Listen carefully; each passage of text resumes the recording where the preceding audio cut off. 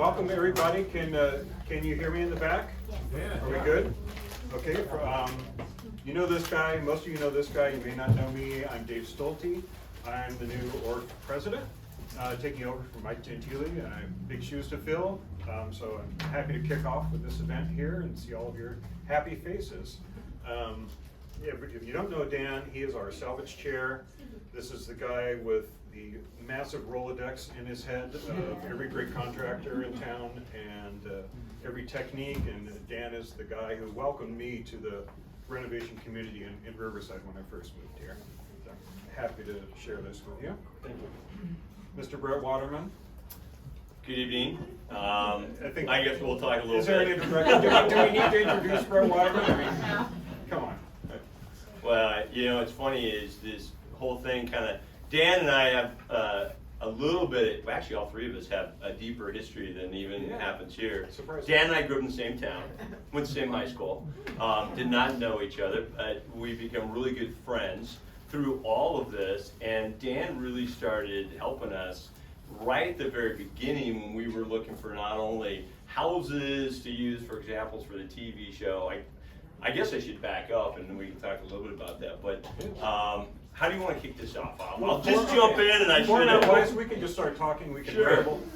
I do have some questions in mind for you. I know Dan has some questions, and then we can also just throw it open to the group and we can all just hang out and talk. Okay, love But it. if there's anything you want to lead off with, if not, I have a 10,000-foot softball for you. All right, I love it. I mean, I will start off and say I love the city. How many people here are from Riverside? Anyone does not live in Riverside? Anyone else? Ron? We got one? So everyone lives in Riverside? I don't live in Riverside. No? Close by? No, in DC actually. Oh, wow. I like that city too. Well, welcome. She flew in for you. Right, yeah, well, that's a big trip. It was interesting. I spent a lot of time in Riverside as a kid, and when I was really looking for a home, I really thought it was going to end up in Riverside. And when I started looking really closely, it was Riverside and Redlands. These were the two cities that I was stalking, looking for the houses. And it took, I settled in Redlands, but I kind of feel that Riverside's kind of my second city because I'm here so much. And I'm very proud of the city, even though I'm not a resident. Go ahead. Where do you want to go tonight? So, I have to check this because it's so complicated. Why is historic preservation important? Oh, well, I think first and foremost for me, it's where we all come from. It's our roots, it's our history, and if we don't save it, future generations won't be able to appreciate, our past and these amazing places. I always tell people it's really interesting to see a photo of something and it'll really capture imagination, but it's not the same as walking through a space and really touching it, feeling it, smelling it, and understanding. It really binds you to the past and how people lived, and that's our history. That's all of our history. I mean, you look at a building like this, it's way more beyond just the history of when this was built. I mean, this is rooted in Moorish architecture, Spanish architecture, African. I mean, this really transcends architectural history of humanity, and that's what I love about architecture and preservation. And I feel the same way about open space as much as I do about buildings. I think you have to look at preservation together, right? It's appreciating the environment in which the structures stand and the structures from when they were built. Yeah, there's something about the scale of older homes. Mm-hmm. I think when I first bought my Craftsman here in downtown, I was immediately struck by the front door. Yep. It was a little bit wider and a little bit shorter than the standard code door. And I was like, oh, this house is it's built on a human scale. It's not built for the convenience of a builder, right, to crank it out. So I love that perspective, and I'm going to ask you guys some questions. Okay. So when you move through a door like that, I mean, how does it make you feel? I feel like I belong. I feel like I'm welcome. I'm moving into a space where I belong. Dan? With me, each door going into an old house has its own story. Yeah. Of the people who've lived there before, how many people have come across it, and what they've done to the home as well too. So it's like a whole new world, you know, because the one nice thing about these old houses, there's no two alike. No. You know, so everyone you walk into is its own story. Even if they were the same model, they're still very different Different characters, nuances. yeah.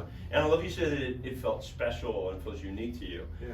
I will also tell you that there's architectural purpose in the variation of door sizes, heights, widths, thicknesses, because it's all meant to be a tactile and emotional experience.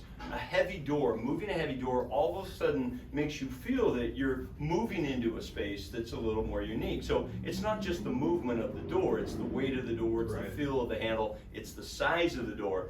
Often in arts and crafts, those wider doors are really to bridge the indoor-outdoor connection, and they make a bigger connection with a wider door. So it's very purposeful, and it also, quite often architecturally, it's subtlety. You may not know why you feel a certain way in a space, but it was very deliberate with the architect and what they were looking to achieve. And often it's the first thing on the house that we touch. It is, Right. yeah. And I also, when we talk about it, and when you think about how you approach a house, many people have a direct access, direct to the front door. But it's not always the most ideal way to experience a property. Sometimes you need to step back and say, wow, did the architect want me to approach this from the corner? Like corner lots really open up the opportunities for how they want you to experience the property and how the house can work on the lot. Right. That's why lot size and positioning is really important to the architect Yeah. when they're thinking about the style and how the house works. There's the thing about mid-century where sometimes they would kind of disguise the entryway, and I don't know if this was intentional or not, but the feeling for me is that if you get to go into the house, it's exclusive, and you have to know how to get there. Yeah, that's a good one actually. Yeah. And I think that's the other thing people always ask. I mean, do you have a favorite architectural style? Well, I'm. You can confess that. I'm Come on. a craftsman. I used to think it was mid-century, Yeah. and I still love some mid-century stuff. And thankfully, my house it changed hands. It was built 1910, changed hands in 1960, Yep. and so they did the popcorn ceiling. You know, Acoustic, I call it. You Popcorn know- scene is a derogatory term, but I like to refer to it as the acoustic ceiling. Okay, the wood is painted white. Right. The upstairs was finished, the attic was finished into a habitable space in Gotcha. 1960. So the house shows like, you know, all the changes it's been through over the years, and all the scars it has picked up, and all the, you know, new ways it has learned how to be. And I like that. It feels like a living thing. Character. It's Yeah. evolved. So craftsman, you know, long answer short. Craftsman with Yeah. a little mid-century flair. Yeah. Okay, I like that. Danny, I mean, I don't know if we've ever actually had that conversation. I know your house, but Yeah. is that your favorite style? It is, you know, I love the craftsman also, but I also tend to like some of the Victorian. So the arts and crafts in between, you know, kind of gets both my ideas of how things should feel and look. I do like a little bit of the frou-frou sometimes, but I also like Technical term. the firm fretwork. body, right? You know, and just the firm body of the built-ins and stuff of a craftsman too. So a transitional home is really Transitional. kind of ideal for someone that likes that. You know? I think so, and we do have a fair amount of those around town too, so I think they're kind of fun. I love that. American Foursquare often falls in Yeah. that category. They bridge a lot of it. I think Mission Revival is one that a lot of people don't understand. Anyone have a Mission Revival? I here? had one, You had one? a big one. Did you like it? Loved it. Yeah. Mission Revival is really special, and a lot of people don't understand the style. And What is Mission Revival? Yeah. so it really is exactly what it means. It's a revival of mission architecture. So when Spain colonized the Americas, they brought their missionary kind of mindset. So a lot of times it's the parapet wall detailing. You'll Okay, see that's what like mine has. yeah. So that's a mission revival. Oh, okay. You'll even see that carried over and sometimes into arts and crafts movement. They'll carry that parapet wall detailing over. Really beautiful. But this is where as you learn more about the house, because unfortunately a lot of these terms come wrapped up like, oh, you have a Mediterranean. Yep. Or a Spanish, you know, where, yeah, but not really. Yeah. You know. And it's a tough one. Jen and I, does a lot of people ever know Jen? Jennifer, can you say- Jen, remember, Jen works with me on the show, and say hi, Jen. Hi, Jen. she's also an amazing, she's a great friend, but she's also an amazing resource when it comes to architecture, preservation. That's something she does, and she's very passionate about it. She'll probably correct me on something tonight. And she can, I'm a big boy, I can handle it. I think that's a question I get a lot though, is people always say, what is the style of our house? Because it gets very confusing, especially in the States. We have such a broad range of influences from all over the world. You know, obviously a ton from Europe. We also have influences throughout Asia, Russia. I mean, you could go all over the world and find influences here in our architecture. So a lot of times people will say, we have a traditional, and I go, well, you really have a Georgian.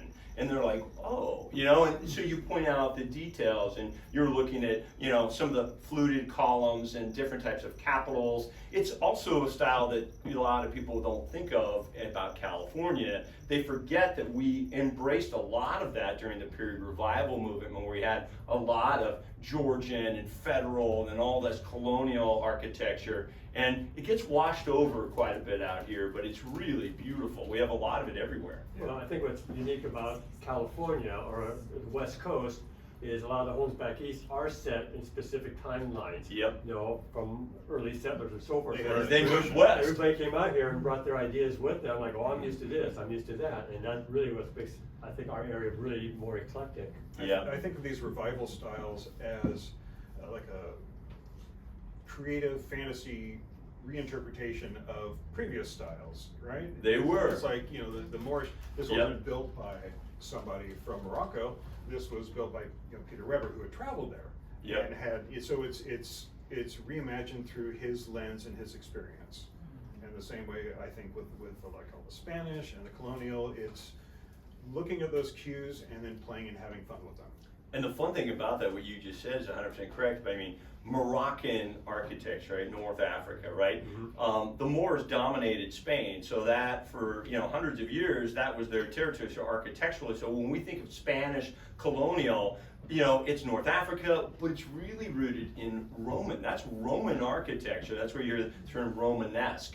And it's those thick adobe walls or stone walls with, you know, a plastered finish. And the reason they had small window, you're gonna argue that? Go ahead. Oh, no. You We can? don't know We what have our a house California Adobe. is. We have Oh. no idea what it That's was. great, yeah. Oh, Adobe. Is it a true Adobe? Yeah. Oh, you're Our inspector was like, I've never seen this. Oh, love Adobe. We did an Adobe in Yucaipa. So what year is your house? Is it teens or 20s, or is it older?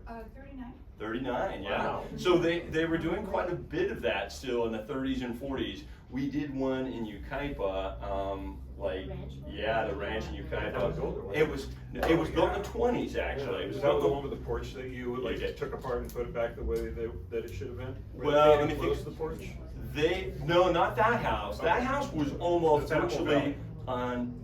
Oh yeah, that was Apple Valley. Okay. That was Cherry Valley. Yeah, Cherry Valley. Yeah. But the Adobe, I mean, if you got an Adobe house, chances are you have true Spanish colonial. I mean, almost territorial. I mean, that's where that kind of style is. Do you have some rough-hewn timbers and tailings and piercings, or do you have a lot of woodwork? You I can don't know see- what that is. You can see, Sorry. they're not rough, but you can see the beams. Like are logs? They look like beams. logs? The beams, we Yeah. have a. Yeah. Right. Is Do they look like they've been hit with an axe, like they've been Hand hewn? Yeah, they're not smooth. On the exterior, do they like poke out? The center beam going across is laminated, so there's multiple So it's a box large beam. planks. Yeah. Yeah, yeah. So you probably have a Spanish colonial built with Adobe though. That was like the one we did in Yucaipa. For those of you that hadn't seen that episode, it was a really special house up in Yucaipa overlooking the arroyo, all built out of Adobe. But it was so incredible because they had a board formed concrete foundation in the basement. So this thing was built like a bunker, and everyone was like, oh, it's Adobe, it's gonna be a problem. Like, it has survived every earthquake that has ever come in this region. I know what you're talking about. And when we got into it, the family just fell in love with it, and incredible. It was built for the Rothschilds. It was one of the Rothschild family members' house as a vacation home out here.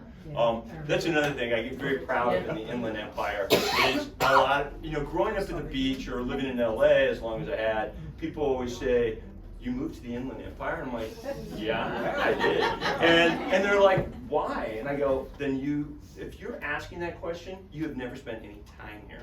Because it's a beautiful community, and our history, in many ways, is just as old as anything and everything out there. And then I love bringing my friends in from LA and Orange County, and I show them these towns, and they're like, I had no idea. And I'm like, yeah, because you never got off the freeway to come and actually see we've got this history. And then they find out the prices here. and Yeah, the second part but of that's it. changing pretty quick, unfortunately. My sister was here from Orange County, and we were looking at the Estradillo house, which is in my neighborhood at Redwood and 6th. And it had just recently sold, and she was looking at it saying, wow, that huge lot, it's got this massive, like, triangular lot. and Yeah. it's Looks like it's built in Pasadena. Like Massive Oh. craftsman, yeah. She was saying, okay, so what did that, so like 3 million, 4 million? And I said, no, it just sold for 100. Right, Yeah. I know. That's changing. I mean, not that I Yeah. want that to change. I mean, I really don't want prices to get so high that people can't afford it. But I think that's the other thing that happens a lot with, and we've seen it in LA, we've certainly seen it all over Orange County, and the older places. I'm hopefully not gonna offend anybody. I can't imagine this group I'm going to. But the biggest problem I have with a lot of people that come in with a lot of money and buy these houses, they hire interior decorators. And I always tell people, they make money getting you to change things. A really good interior decorator will come in and look at your house and say, oh my gosh, we have to save all this woodwork. We have to save the light fixtures, your banisters, all this detail is incredible.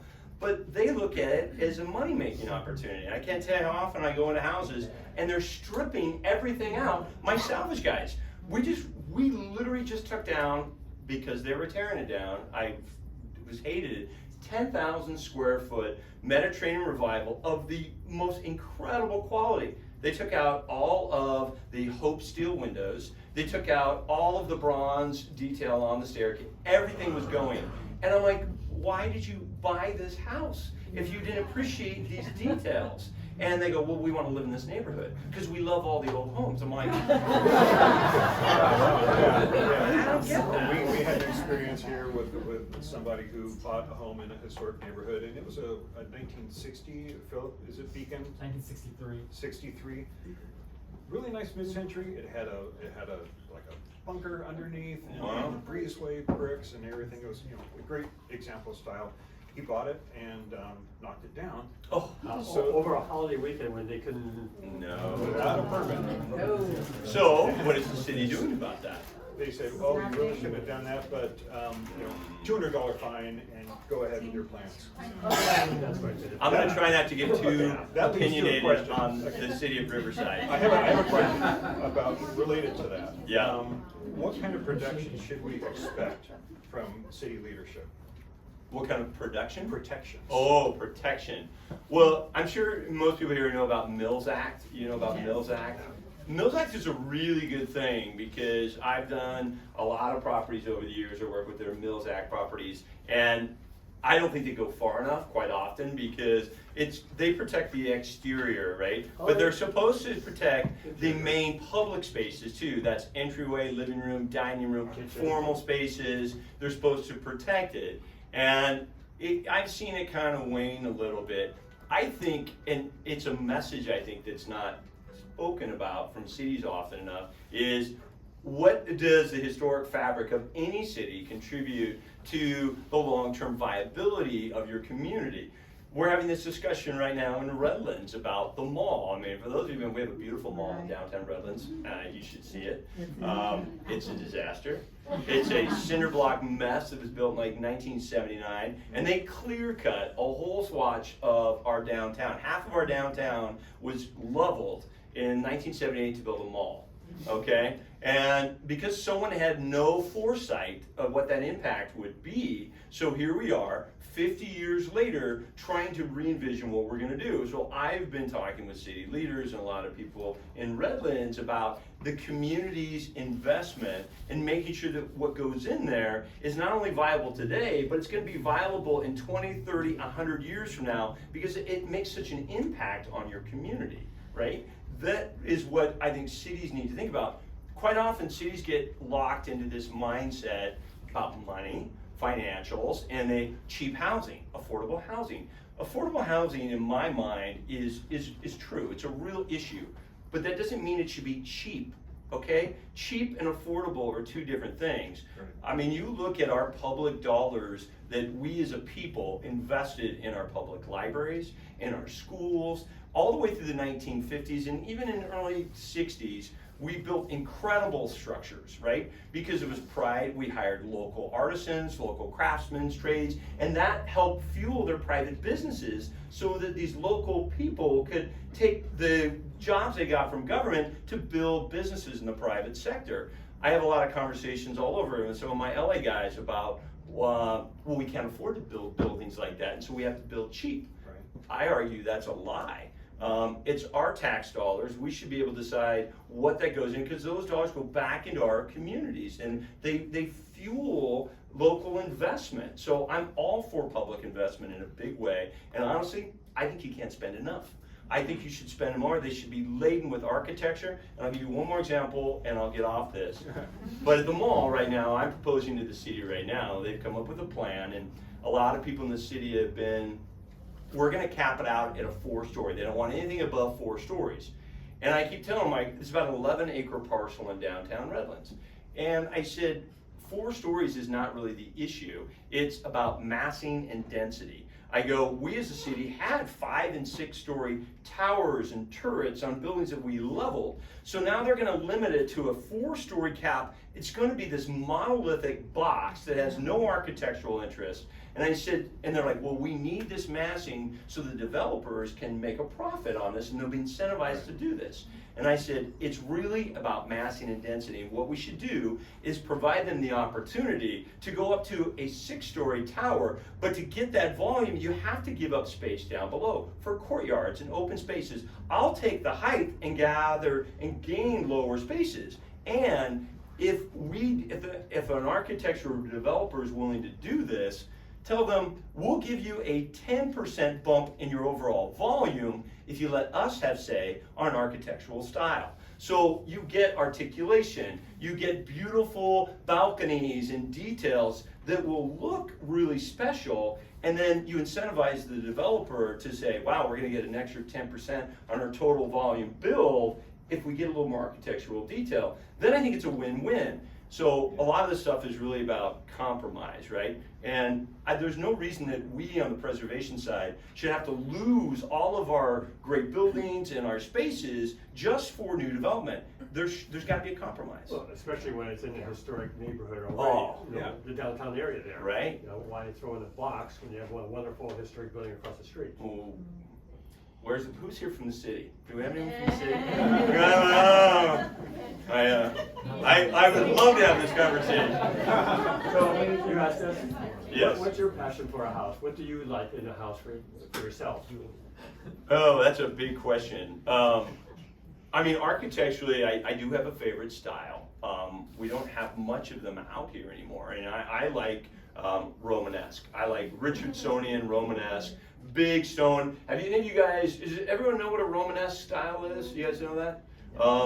So like our courthouses, our public buildings, a lot of those grand structures from the 1880s were all built in a Romanesque style. And I arguably think he was America's greatest architect. Henry Hobson Richardson, he was kind of the grandfather of architects. I mean, everyone like Frank Lloyd Wright and all those guys kind of apprenticed and learned from him. And there's not a lot in California. We ripped them all down in the name of modernization.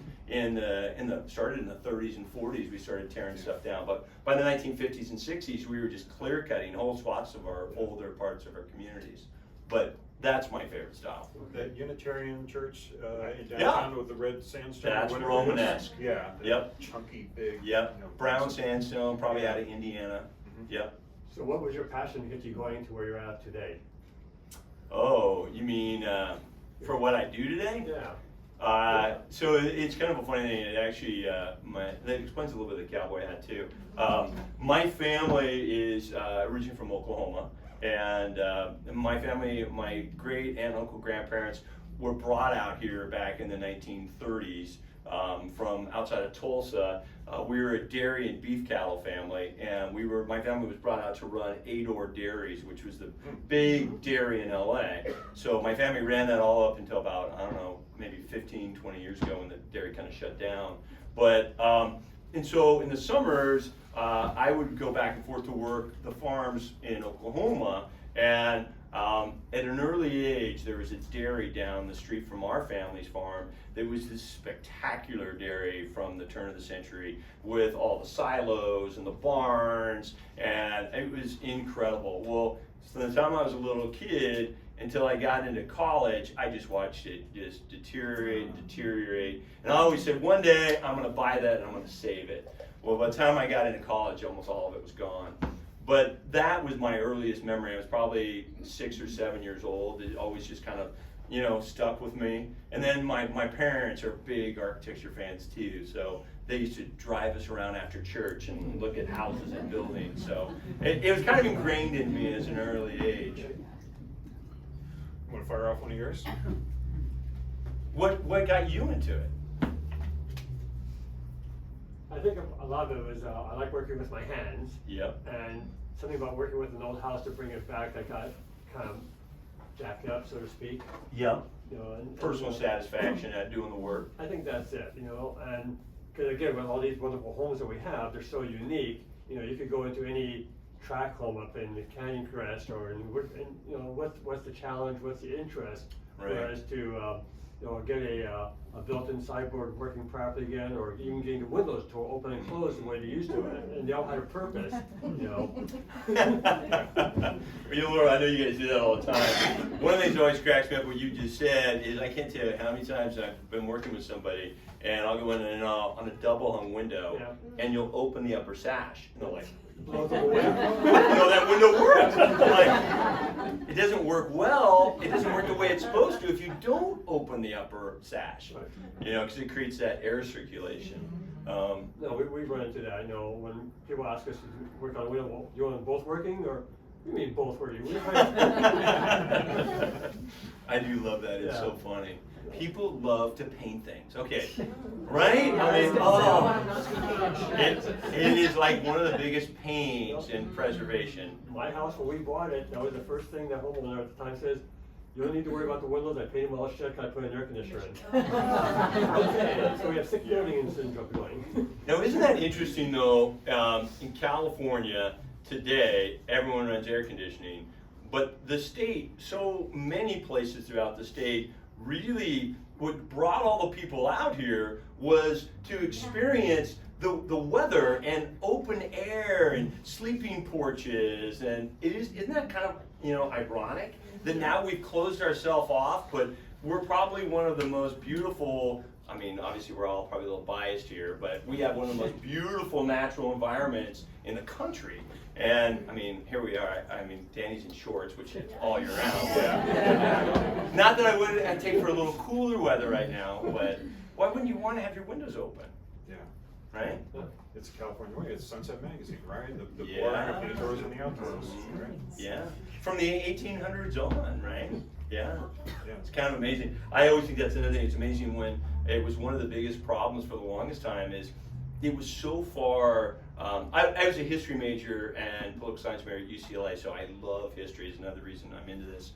But when you think about Spain when they were colonizing what was then Alta California, and their biggest challenge is they couldn't get people to come here. It was too far from the rest of the world. So for many centuries, this state was really left alone, which was really kind of a blessing for a long time, right? So with your passion and your expertise yourself, how hard or easy is it for you to find people working with you to do what needs to be done correctly on the house and not just cut corners? It's an ongoing battle. Yeah.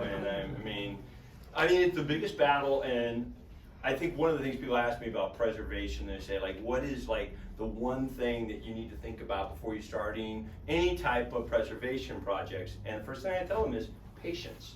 It is not a fast process, and you shouldn't expect it to be. And it's very hard because we live in a day that everybody wants everything now, instantaneous. And the reality is nothing good comes fast. I mean, you can look throughout the world, nothing that happens instantaneously is generally a good thing. So I usually tell people patience and let the house speak to you, because you're gonna find out more than you ever thought about this house once you get into it, you know? And I usually try to talk people out of doing much work when they first buy a house, because they wanna come in and they wanna gut this, you're gonna rip this, and I said, I think you should actually move in and let the house kind of live and understand a little about the house before you change too much, because they think, and I hear it all the time, and you have to hear this too, after like, oh gosh, if only we had known what we didn't know then, I wouldn't have ripped that out. I'm like, Yeah. Well, a perfect example, I forget which episode it was, but it was a house on Larchwood, Sandy, Yep. where their house was that way, that someone had done. And when they talked to us, they were thinking like, you know, let's keep it open there. Like, well, no, if you want to bring it back the way it was, you know, and then they hooked up with you, and Yeah. now that's all she talks about, is how wonderful the built-ins are, you know, the separation of how the rooms work again. You know, I mean, that's how it started until someone thought they wanted an open air pattern. that is such a great house. Have any of you guys seen that episode that we did? Great couple, Ron and Sandy. I love this house. And it was really interesting because when we first pitched it, I can talk about this for a second. Whenever we do the show, there's a bit of a process for picking the houses. And there has to be an interesting house, an interesting couple, there has to be a little bit of a budget, and there has to be something that people are gonna wanna watch. So it was really funny because when we first pitched that house, the network's like, well, what are you gonna do with this? You know, it's you know, it's clean, it's open, you just need to put a kitchen and a bathroom in. And I'm like, no, there's so much more here that's been stripped out and people didn't see it. And then when we talked about closing off a room, I put more walls in than I ever take out. And everyone's like, you put walls in? I go, yeah. They go, but it's gonna make the space smaller. I go, it's gonna make the house work better. These homes were not designed for an open floor plan. I've told people that the show I'd love to do, and Jen and I joked about it before, it's like, you're buying the wrong house.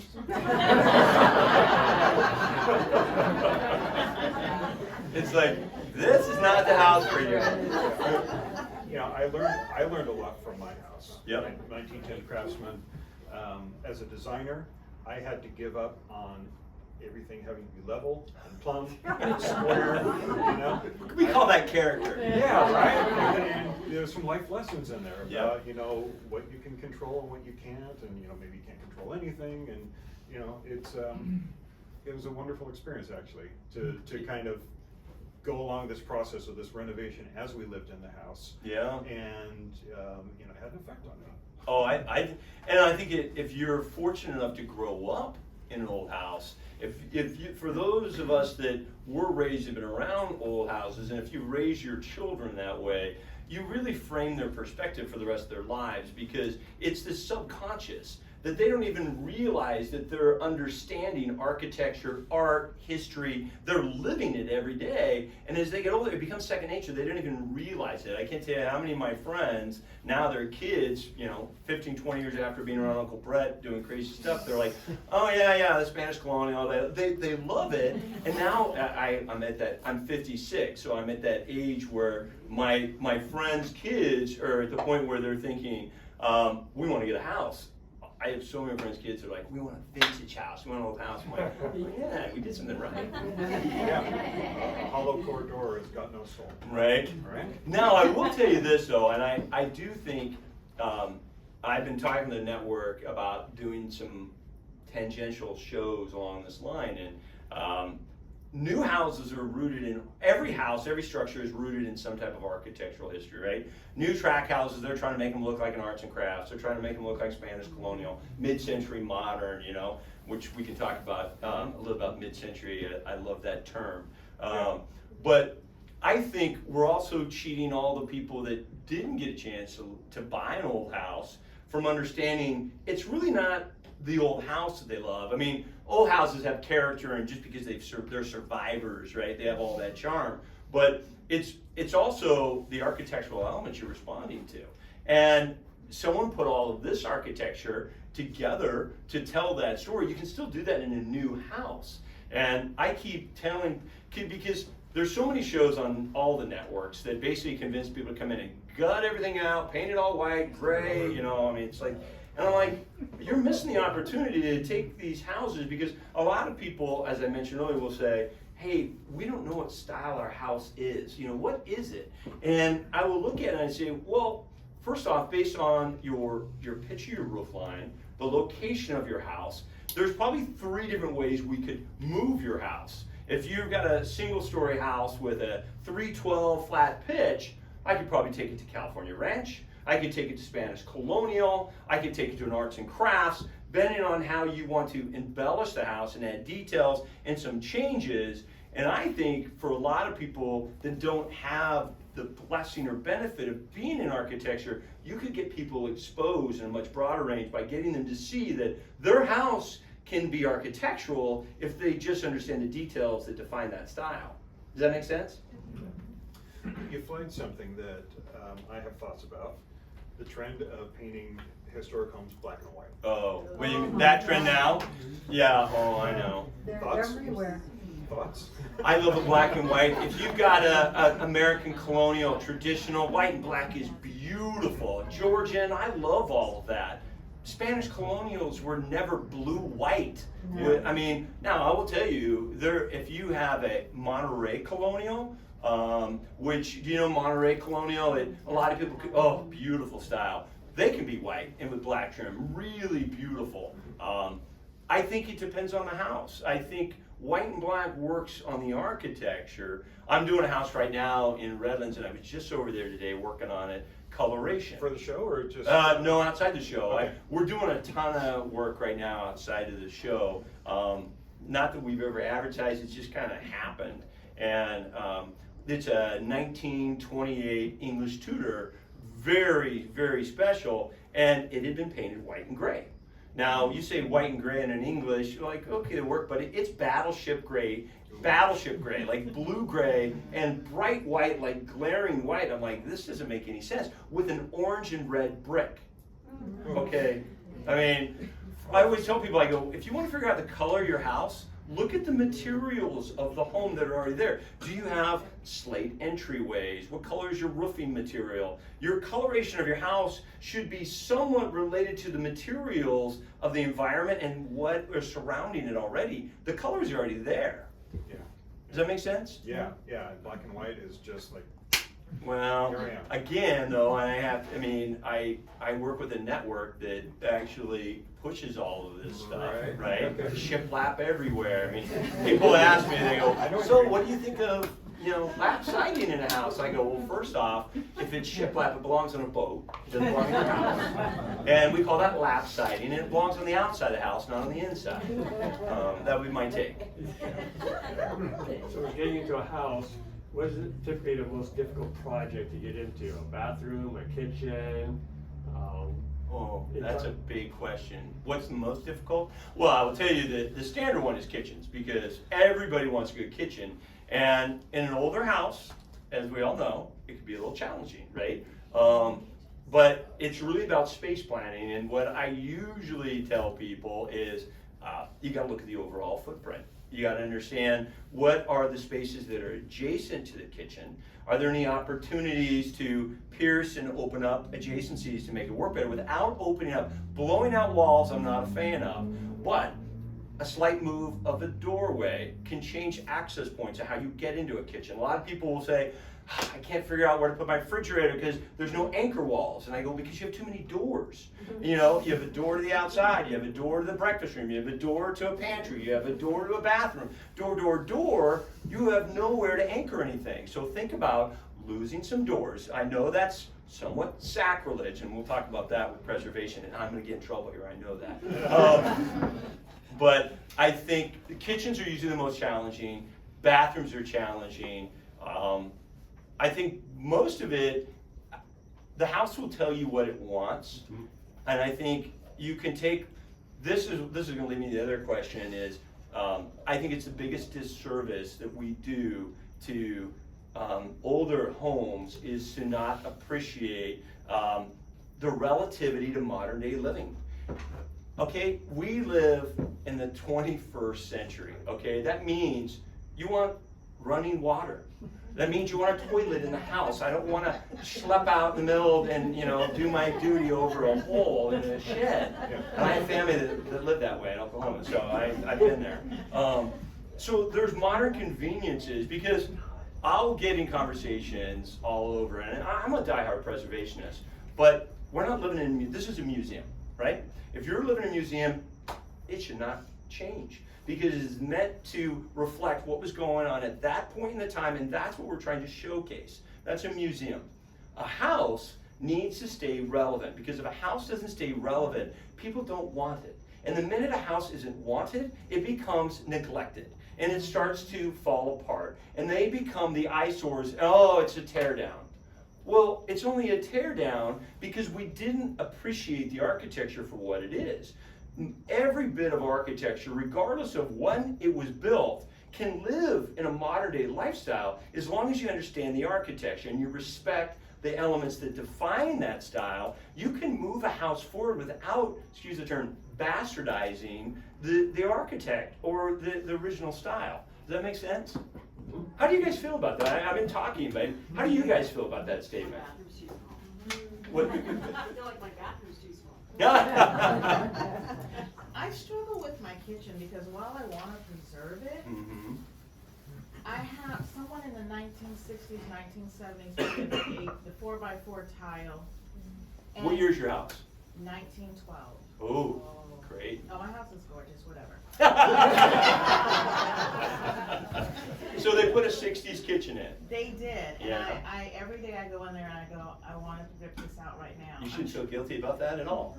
But I struggle with, but I like what you said, it's no longer feasible in whatever, what year is it? 1920. Yeah, 2021. To have this small space of counter when I can, put a whole other counter on the other side. Oh, yeah. Give you a smooth surface. Yep. But I struggle with, well, should it kind of look like my farmhouse in Mississippi, or should it look like? Well, I love you said that, and I would argue, yes, it should reflect the style of your house. So it's a great, what you just said is what every homeowner deals with. Especially if you have an older home. Every homeowner, when they buy a house, they want to make it theirs. So that means they want to make changes. And sometimes they make big changes, sometimes they make small changes. So you get down 3, 4, 5 owners down there, that's a lot of hands messing with something. And then people come in, they're like, what is this? They don't get it. But if you stick with this style of your house, that's why I think it's really important for people to understand what is the architectural style of your house. And that should be your guiding point across the board. It doesn't mean it can't live modern, you can change colors, you can move it forward, but all the materials should reflect that period somewhat. And by the way, I'm a huge fan of marble countertops and kitchens. I know people are like, oh, they stain the edge, you got a wine stain. Kitchens are meant to be lived in and used. They are not a showpiece. It's like walking in someone's living room that has plastic on everything, and the vac, don't go in there. I'm like, well, I thought this was the living room, right? Kitchens, I think a beautiful kitchen, it should be clean and maintained, but a little age and wear gives it a life. So marble has been the tried and true material for countertops for 1,000 years or more. I mean, it is the preferred material for baking, for anything. I will tell you, soapstone is my next go-to. I love soapstone. There's lots of quartzes and man-made products which you shouldn't be afraid to use either. But I will tell you that it's the things you should invest in that people won't rip out are your cabinetry, right? Your windows, your door, all the things that define the architecture. If you stick with that, your investment will be true. But as you were saying, like, you got a house from 1912? 1910. 1910. Someone in the mid-60s came in and put in mid-century stuff. I love a good mid-century, but I don't always know that it belongs in that. And if you love it, you should embrace it and keep it. But if you're gonna change things, I really encourage people to think about the style of their house, because I think it's a timeless style. And I always try to encourage people to think timeless. What does your house look like today? And if it's a timeless style, 20, 30, 50 years, people will look at it and go, wow, special, beautiful. Doesn't mean you can't move it forward, but think about a timeless period that appreciates your architecture. Does that help? rip the kitchen. That's what I wanna do. I'm in between. I had a doorway so tiny, I had to buy a smaller refrigerator because I Oh, couldn't get the fridge in. Yeah. I got it there and I couldn't get it in. Did you have a 24 or 26 door? How wide was your door? Yeah, I think maybe it's 24. Yeah. Now I will tell you, and Into a breakfast nook, which is where the refrigerator is. yeah. Next to a built-in bookshelf. Well, I love maintaining that stuff, I do too, sometimes but you have it's to get like- creative and how you use it. The other thing that I'll use money to offset design challenges, and what I mean by that, I will put extra budget sometimes into appliances, into a refrigerator. Going with a 24-inch deep built-in refrigerator, yes, they are more money, but you will generally save so much more versus ripping your whole kitchen trying to get in a freestanding 36, right? They take up so much space, and they change the way you live, pushing them into walls, and sometimes I'll push them into adjacent spaces and change that space slightly because maybe giving up 12 inches in the breakfast room that you didn't realize, because when I would look at adjacent spaces and figure out the way the house works, because it's really about flow, and you need counter space, you need anchor I need space. a lot of counters. Yeah. You're a cook. You're a cook. I get it, right? And it's tiled. I love tile. No, it's crappy white tile. Oh no. Yes, I love crappy white it's- tile. We wanted to flip this house and I bought it. Yeah. But, Well, I mean, but I've lived with it for 18 years. is it original tile? Oh, hell no. Oh, okay. It's Home Depot. Oh, gotcha. Well, I wouldn't feel What is guilty it, about it. Dow But- tile, whatever. Oh yeah. But I'm a big tile fan. I mean, You what love I tile. love about some of the old tile, and I don't always rip. I would never, unless a client demanded it, put tile on a countertop. It's just grout and cleaning, Yes. and toothbrush and It's all bleach, white. and it's no fun. Yeah. But if your countertop is a drain board, and Jen has one, and if it's in great shape, I always love a good drain board in a kitchen, and most people don't even, they have them. They'll come in, and it's the one where you'll look, and it has a cap rail, it's very level all the way across. But if you look at the counters, they actually slope to the sink. It's purposeful, so that you put your dishes out, water drains off, puts in the sink. And people are like, I just thought that it sank. It just no, it's planned that way.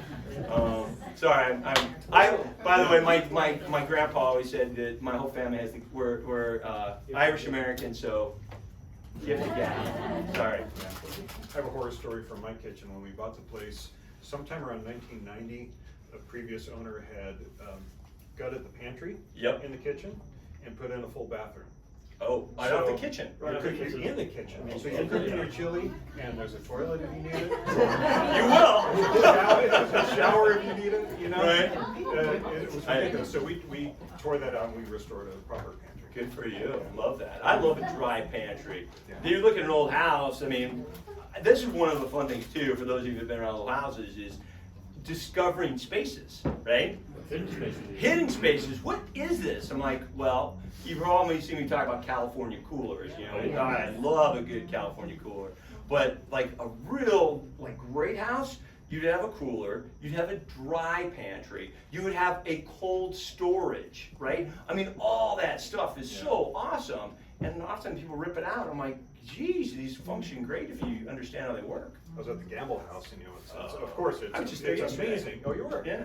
So, you know, there's so many places where you can just get lost, but the pantry for me at the Gamble House, I don't know why. It was just like, Organization. yeah, and you all like of to these cook, too. curious little things. Well, I think that's a big difference too, is most of these homes, before 1960, and it still happens today, but I mean, if those of you who've seen the blueprints of this, an architect, they would draw every elevation. They would draw every cupboard. You would know the detail. They do profiles and everything. And they don't do that today, right? Right. They just don't. But I love that level of detail, calling out all of the storage spaces throughout the house. You go through some of these vellum details, and like I could just spend hours going through all the details and notes. Some people are fortunate when they find the house, actually has plans that still came with them. Yeah. That's a bonus. Now, my neighbor down the street said that there was a time, maybe 10 years ago, where the city called him and said, hey, we have the original blueprints, we're getting ready to just throw them all in the dumpster, do you want them? To your house? No, to my neighbor's house, right down the Oh. street on 6th Street. Why? And it's because they didn't have room in the archive, they were making space. And I don't know if this is true or not, I never Whoa. verified this, I I don't can't know, even Phil, imagine. do you know anything about this? But, so he got the original blueprints, and he has them framed up on his wall, and I wish I had those, you know? I can guess at some of the changes that my house has gone through over the years, but it would be great to have that. Oftentimes what I hear is like, whoever had these back in the day, oh, that building burnt down. That's why- Oh, every city. Oh, Yeah. the city records burnt down. I hear that all the time. Yeah. Question someone had, fireplaces, Yeah, I love a fireplace. gas, wood. Oh, Yeah. yeah. We live in California.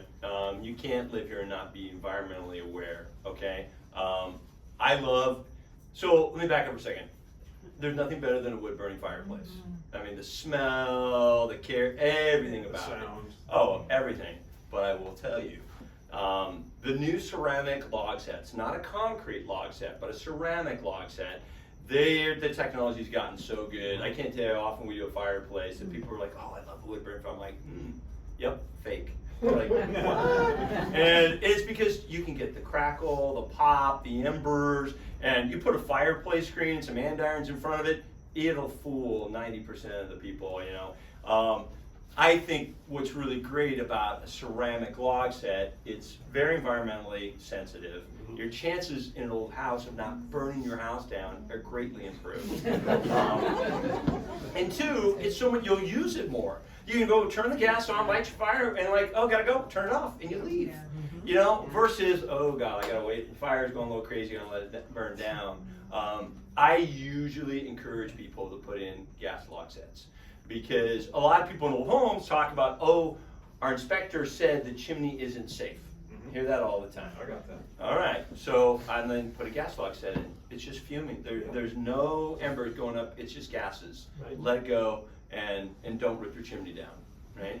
So that's honestly what I tell most people. How do you feel about it? Same way. Yeah. You know, I mean, for what people are wanting, like, well, I have to get my fireplace repointed, or my damper's not working right, this and that, like, put a gas in there. I mean, right now too, I think Redlands falls under the same category with AQMD as far as burn days and Yeah. stuff. So then you have to, like, you know, if you're conscientious about like, well, what day is it? Can I actually have a real wood fire or what? You know? Well, technically, if you're a historic home, you kind of get away with it.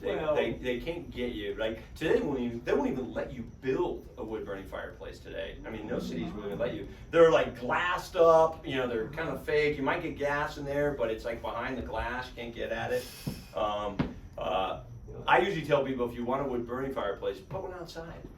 You know, there's not. I mean, California. I mean, you want the doors open. You know, even get one of those little they have so many like from fire pits to the little terracotta ones. Yeah, chimenea. Yeah, chimenea. That's what they're called. Washington drum. Yeah, actually, there you go. I saw one of those. Yeah. Killer. Good ventilation, That's right? it. Take that camping. In fact, yeah, you know, well, never mind. And where do you buy these fireplace inserts? That's my last Oh. project is my fireplace. And Okay. it's just like this one. You got candles going? No, but Oh. it's a good idea. Yeah, actually it is. Actually, Yeah. even the electric ones are really good too. Yeah, right. One of the log companies I love, there's a place in Whittier called Rasmussen, and they do beautiful log sets, ceramic. And I talked a little bit about that. A lot of people say, we've got a ceramic log set and we don't get any heat. I go, it's not ceramic, it's concrete. There's a lot of them out there that are cast concrete. They will not absorb any heat, they won't radiate anything. Right. They're just flames going up on top of concrete. But if they're ceramic set, they'll like take the heat, they'll radiate the heat, they're awesome. What do you think of, I mean, I don't want to be pushing names up, but we've also referred the fireplace store in San Bernardino. The one off the 210 over there? Yeah. You know, I've never been to that place. I've been the wood pit or whatever it's called. It's the fireplace. Yeah, it's right off of like Baseline, Right. and I've driven by that since I was a kid. I've never been in You it. should pop in, they have a really nice showroom, Ah. and their people are actually user-friendly to talk to. Oh, totally. And, you know, I actually learned something from you right now, the difference between ceramic and concrete. Yeah, stuff. yeah. And I believe theirs are because, Most reputable places, I can say it, but most places sell the concrete one, it's Home Depot and Lowe's. yeah, That's where people, we got Lowe's, I go, it's a concrete set. because some of our clients who have bought from them, you feel the heat coming off of it. Oh yeah, yeah. Well, Rasmussen is actually the manufacturer. Oh, all right. So they have a retail store too, but they probably sell to them. Yeah. Possibly. If you don't want to go to Whittier, yeah, it's great. Andirons, by the way. I'm a big andiron guy. I think I bought like 5 sets today. For projects, I'm not that much of a hoarder. But it's the details of every house. I mean, andirons, that's the jewelry on your fireplace. And a lot of people have a log set, and I'm like, you're missing all the jewelry here. What's going on? And then you have to look at styles too. Where's the tools? I have some nice tools, and yeah. I suspect the group has some questions, but I have one that was already submitted. Okay, yeah. How many crews do you use during the show, and do you run multiple jobs at the same time? We do, yeah. We usually have 2 to 3 crews. So when we're filming, it gets very tight. So let me back up for a second. So filming a TV show is really challenging because it costs us about $15,000 to $20,000 a day to have a camera crew there. So it's really expensive. So they usually allocate for an hour show, they'll allocate about 8 days of production for filming at any project house. That's why when you'll see the shows, a lot of people say, well, golly, you only did 3 spaces or 4 spaces. It's because they can't capture all the filming for that because they can't afford it. Even though we often do much more than you ever see on TV. And so because it's expensive, we daisy chain them. We'll start one, then we'll start another, and we'll start another, and we'll go back to this one, and you rotate in 3. And you usually have 2 to 3 GCs going at the same time, so you can fit in that window of production. So it's we talk a lot about it. You see, I do this. It's kind of a conflict because what did I say earlier at the very beginning? Patience, right? Well, it doesn't work with TV. It's the opposite. We want it now, we want it now, we want it now. And I'm like, I don't want to do that right now. Jen's seen it, Dan's seen it. And we're filming, they're on me all the time, like, you got to get that done. And I'm like, I can't rush this. And so sometimes we're there till 2 or 3 in the morning trying to get stuff done. But my favorite analogy, and forgive me, I'm not meaning to offend anybody here, but about patience and understand there's a natural process to things. My grandpa was great for analogies, and my grandpa always say, it takes 9 months to have a baby. You cannot put 9 women together and have a baby in 1 month. And it's what I use all the time when I'm talking to crews. Film guys, it has to get done. I go, it's not, I have to pour concrete. That concrete has to cure. I cannot set framing on that concrete until it cures. But they want it done in a day. I'm like, it's not gonna work. So that gets challenging. The total length of each project is 3, 4 months? 6 to 8 weeks is the film schedule. Now, Dan knows, Jen knows, Laurel knows, for those of us who've been around this, there's a lot of smoke and mirrors to get it to the point. But I will tell you that I'm very proud of the fact that we make sure that everything is right for the homeowners. We had a situation my very first season. It was a learning lesson for me because I didn't come from a TV background at all. And I did not want to give in to these schedules. We were doing a house in Redlands, season 1, a gentleman named Garrett. He had a little daughter and he had a cottage, and we were working on that house. Oh, that house was a mess. It was a mess. There were 2 houses there that he owned. Originally we were gonna do 2, but we couldn't handle them both because there was just too much to do. Well, the TV people were like, well, let's schedule. This thing is, they call it reveal, the day the homeowner comes back and sees their house. And this thing's revealing tomorrow. And I'm like, And they're like, yeah, they're coming tomorrow. I go, I go, it doesn't even have a front door. And they're like, we'll shoot around that. I go, no. And you can't do that to people. First off, it's real. Like when the homeowners come back, they really do come back for the first time and they see that. And that's what you're seeing on camera. And they work so hard. We try so hard not to get them to sneak in and sneak a peek. So it's real. You want it to be real. And I want it to be real for them. It's so much more fun when it is. And literally it was my first time, and again, I don't come from TV, and they're like, we are revealing this tomorrow, and you will do it. And I go, oh, good luck. Good luck revealing without a host. And they're like, you can't do that. And I go, watch me, I won't be here. And they literally were so mad at me. I got a call from the production company. I got a call from the network, and I said, I'm not revealing this house and doing this to the homeowner. So, yeah, it was being a little difficult. How did that resolve? Was there any change? They gave in to me. They did. I said, I go, yeah, I'll do whatever you want, but I'm not revealing this house until it's ready. Now, did they change their production schedule? Or They their- did. Oh yeah, they were all mad at me. We had to move things all over the place. But it was better because it was real. So when Garrett showed up and was showing his daughter his house, he could really get excited because he could see it, right? Yeah. Because these people, none of us are actors. Right, and I think your show in particular really shows that because it shows all the struggles and the surprises and these unexpected things that pop up in the middle of a project, right? You know, And it feels there real. are a lot. By the way, that's a really funny thing, and Dan, I think you've heard me talk about this before. Jen certainly knows this. A lot of times the network early on would be like, all right, they call them acts, right? So they're gonna have 7 to 8 acts in an hour, and that's acts is between commercial breaks. So they watch, there's always a commercial break, right? You kind of know when it's coming. Well, they like it to be very formulaic. There's the opening, there's the introduction. This is the thing, and it used to drive me There's crazy. the uh-oh. Oh yeah. Well, early on, they have a screenwriter, a script writer, who's gonna try to act. They write out the acts. This is what's gonna happen in this act, and I go, how do you know that's gonna happen in that act? I haven't even opened that wall up. They go, well, we're gonna make that. I go, no. And I really had to force them to back off and say, listen. The house is gonna have problems. They're like, we gotta make sure there's gonna be stuff. I go, there's always stuff. Always. You don't have to fake it. It's gonna happen.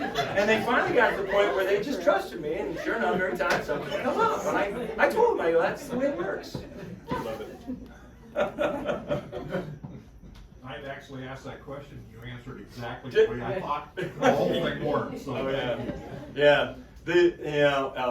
And for those of you that know me, and those of you who are getting to know me here, the funniest thing is a lot of times when I'll be out somewhere, people will meet me and they're like, "You really are that quirky," and I'm like, "Yeah, I go, I'm not an actor. That's what I just me, you know." Yeah, because you threw the script away.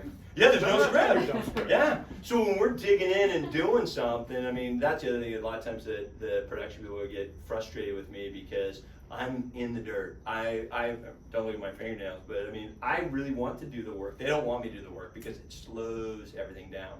They want someone to come in. A lot of other hosts, they're talking and then they'll cut. And 10 people will run and do the work, and then they're back to the paper. So there's a lot of work. Right, Jen? Yeah. Right? I kind of thought that's what you did, so you actually. No, I can't physically You do all of oversee it. it, Yeah, but I mean, when it comes to, if you see me doing something on camera, generally I'm doing it. So you know? like when you're stripping the tile or Oh, finding, you like that, huh? I do. I was just doing that this weekend. People are like, at one point there was an interview I did one time, and they said, if you had a choice between sitting on the beach somewhere and working on a house and stripping paint, what would you choose? I go, I'm gonna work on a house. I mean, I can handle a beach for a day. I mean, maybe once a year. I get bored. I'm total ADD. I gotta keep busy. Well, you bring up something amusing right there with the stripping. Ruth back there, who's on our board, Hi, Ruth. She's like, what? is finally getting to the last nitpicking of paint out of her craft-made tile fireplace. Oh, And really? someone decided that it needed to be white. Yeah. You know, Did it have a lot of relief in it? Yeah. Is it batchelder, calico? It's clay craft. Oh, Clay playcraft. craft, yeah. Oh, And great. it's got a beautiful flower center tile. It's not as beautiful as. Is it glazed or is it in goby style, like It's batchelder? mostly glazed, a Oh, little yeah. bit of Adobe. Yeah. It's a tough, I've been working on it for 12 You have years. dental tools? Yes. Yeah. Who's got dental tools? Anyone got dental tools? Oh, I have a question for you about batchelder. Yeah. My fireplace is a batchelder tile. Lucky you. That's what sold me the house. I didn't even know what it was. Oh. I just fell in love with it. But it's got an angle. Huh? At, You got a hood. I don't know. You're saying like. But it's like a wall. Yeah. It's an angled wall. Mhm. But it's all like plaster. Yes, relief Yeah. plaster. Plaster and then down to the tile. To the tile. Uh-huh. Is that the way it's Taper. supposed to Oh, look? yeah. Well, but that is the only wall, the rest of them are smooth. Oh, no, that's the definition. That's what it's, okay. Yeah, I mean, unless it was modified, I'd have to look at it to see, but quite often they were doing that, as Dan said, to create a unique feature Okay. of the hood. Okay. Yeah. And it doesn't have a mantle or anything? Yeah, it just comes right down to the bat shelter. Yeah. Lucky you. I have unfortunately only owned one house with a bat shelter fireplace. I own lots of bat shelter tile because I'm a hoarder. I want a piece. But I missing. I always tell people, if you're lucky to have one, I'm working on a house in Glendale right now. Someone painted all the bat shelter tile, and it's spectacular. And I'm like, yeah, why? I don't understand. I mean, oh, get rid of that ugly thing. I'm like, whoa, right? What's the process for removing paint from like tile, or in my house, my fireplace is painted Brick? gloss white brick. Yeah. And it's a mix of smooth and like clinkers. Oh, well, okay. Jen and I have talked about this at length over the years. There's a few different ways, but there's no perfect way. There's no perfect way of removing paint, ever. It's trial and error. If you've got masonry, it's chemicals. You don't. A heat gun's not going to help you because the heat on a surface is breaking the bond between the material. So when you heat something up, the material heats and it breaks the bond of the paint, and that's why you can get it off. But you're not going to heat ceramic or brick up enough to break that bond. All you're going to do is drive it deeper into the material. So I usually tell people you've got to try chemical and other deals. Quite often, and I hate to admit it, I end up faux finishing a lot of painted masonry because you often do more damage to the material itself trying to remove the paint. And then in California, we've taken out all of the working chemicals that made this stuff work. Right. You put on the Jasco and you're like, what's going on? There's nothing coming off. I go, yeah, because it's basically water. I mean, they've taken out all of the materials. They made it safe. They made it safe. Right? You can drink it now. Well, yeah, exactly. You know. By the way, that's my big gripe on paints. Some of the paint companies are getting better, but I mean, I love a good oil-based paint. I mean, it lays on, it lasts. It's a 20 to 30-year product if you apply it right. Versus water-based paint, you know, a lot of them, and you're like, it's like every 3 to 5 years, you got to redo it.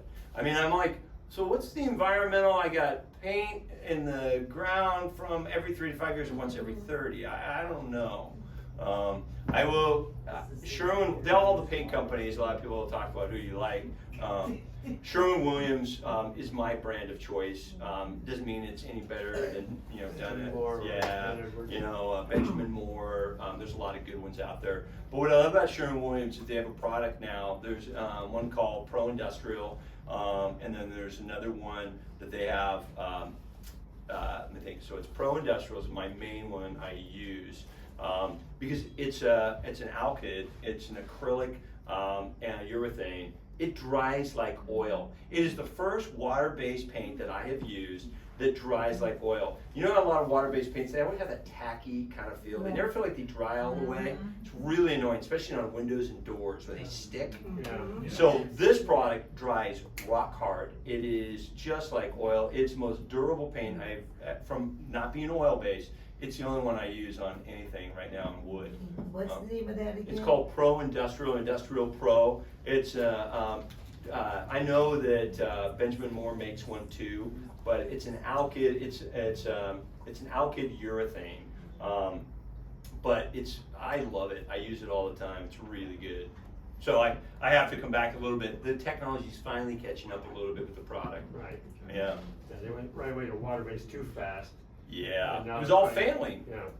I've been informed by my director I'm going that too long. we have time for 1 or 2 more questions. Wow. Yeah. Okay. I have a question about front doors. Originally, were they all stained? When does painting come in? And why is the color, barn red such a popular color? I don't know why barn red is such a popular color. I have to assume it's because it's so character filled. It draws so much attention. No, not all doors were stained. I mean, paint's been around since the Egyptians have been using paint. So it's really more about style and preference. Quite often, I was just looking at a door the other day at Pasadena Salvage. If you haven't been there, it's literally like the preservation toy store. It's like anything you can want. The other one is Old Good Things in downtown LA. But they had a door in the other day, beautiful door. I suspect it came off a Spanish home.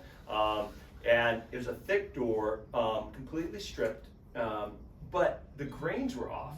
And it was a Doug fir on all of the stiles and rails, but the raised panels were almost kind of a pyramid shape in the middle, and they were mahogany. And they were looking to go, it's all original. I go, no, I'll lay odds. It was either glazed or it was painted. It was probably glazed. And so glazing, are you guys familiar with glazing? It's a little different than painting.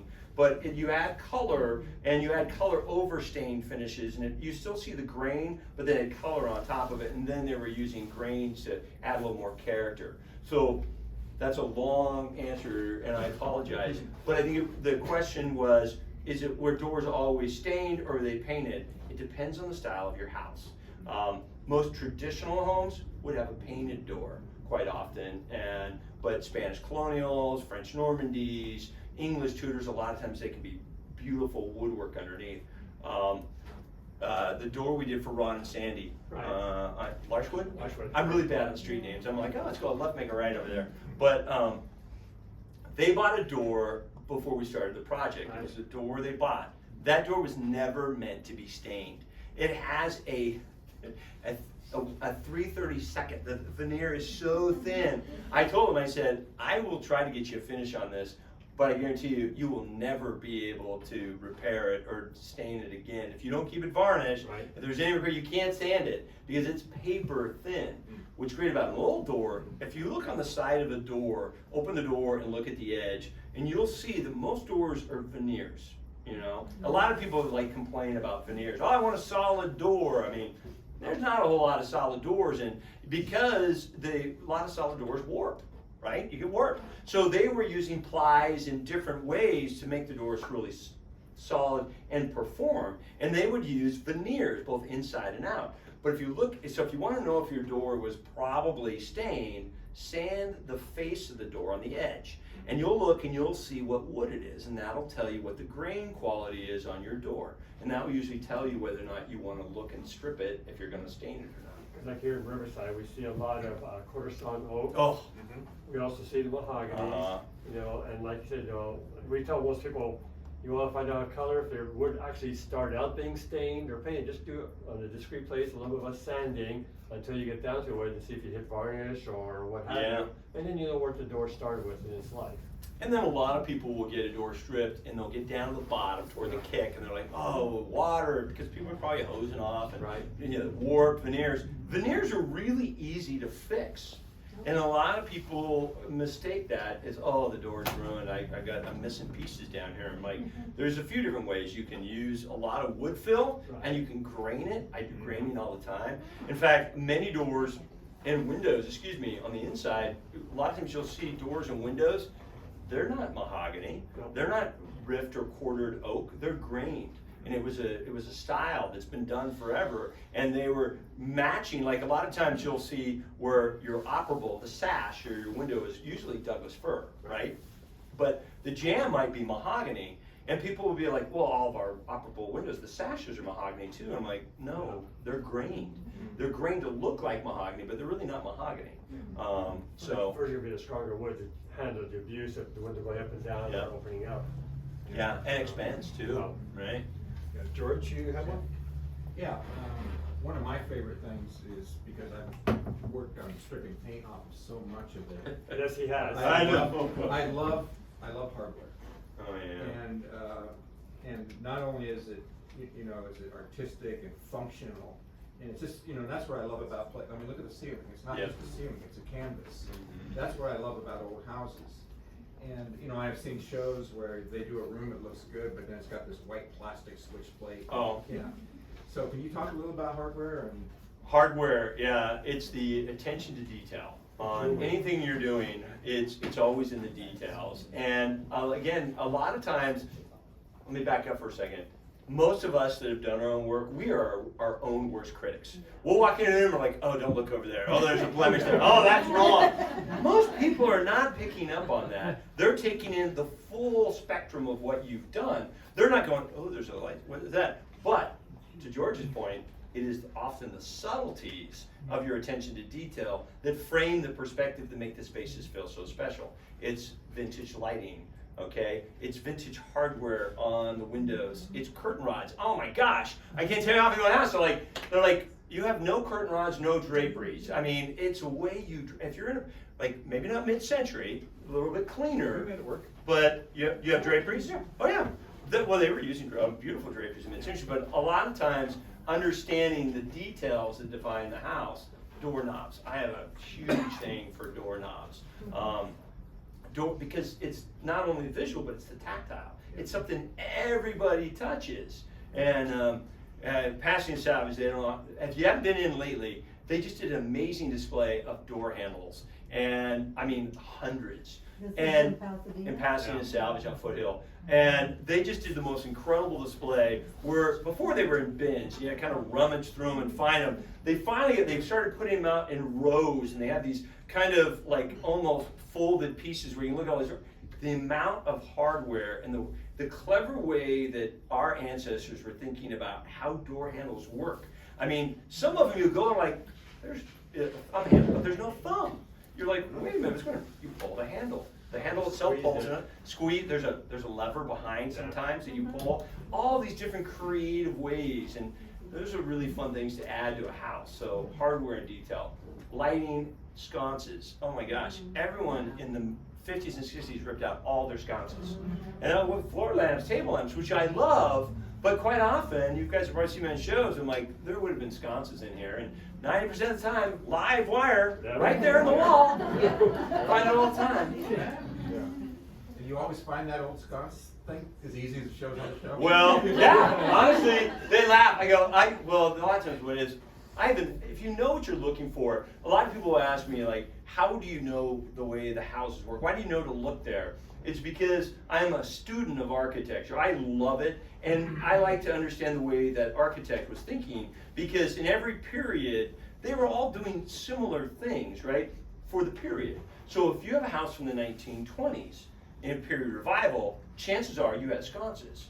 Chances are you had, they were thinking about all of the little hidden secret doors and things. They were playful at. If you have a Victorian home, right, there were nuances. They had, gas fixtures and lines. One of the things that throws a lot of people off is they're like, oh, this house didn't have sconces. We didn't find any junction boxes or any sconce. But I go, knob and tube.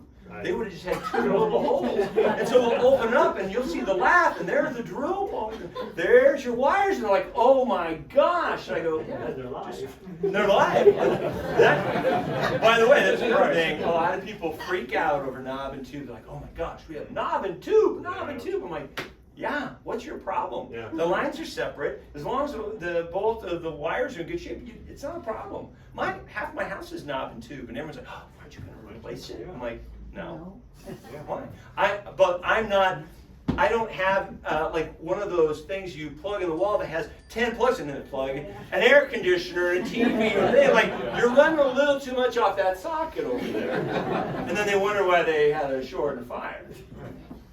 I think we have to wrap. But I'm sorry. Is there anything you'd like to close with? No, what I would say is thank you for coming out. I love this group and what you guys are doing. I would love to see more people get exposed to this as much as possible. So sharing your houses and your stories with your friends and families is really important, because a lot of people will ask me all the time, or make comments, we appreciate what you do. I go, I'm just one of millions of us out there, and our voices are often so drowned out by mass marketers who are convincing everybody to put in, fake wood flooring and shiplap in their houses and rip it out because they make money on it, and they're robbing our future generations of these wonderful experiences of our past. So, big thank you for you guys for having a passion for helping us fight this fight. Well, if I could add more quickly that, because of your show, people are recognizing the Riverside Foundation. We've gotten new members from it. great. We've gotten people come out looking at the Salvage for stuff, realizing I could buy a door for this price here or what have you, know. So I mean, we do try, you know, that's our motto, is to give back to the community as best as possible. But your influence has helped our organization, so we thank you for that as Thanks, well. Dan. Happy to help. You guys have been great. Thanks, Brett Love Waterman. it. Thanks, guys.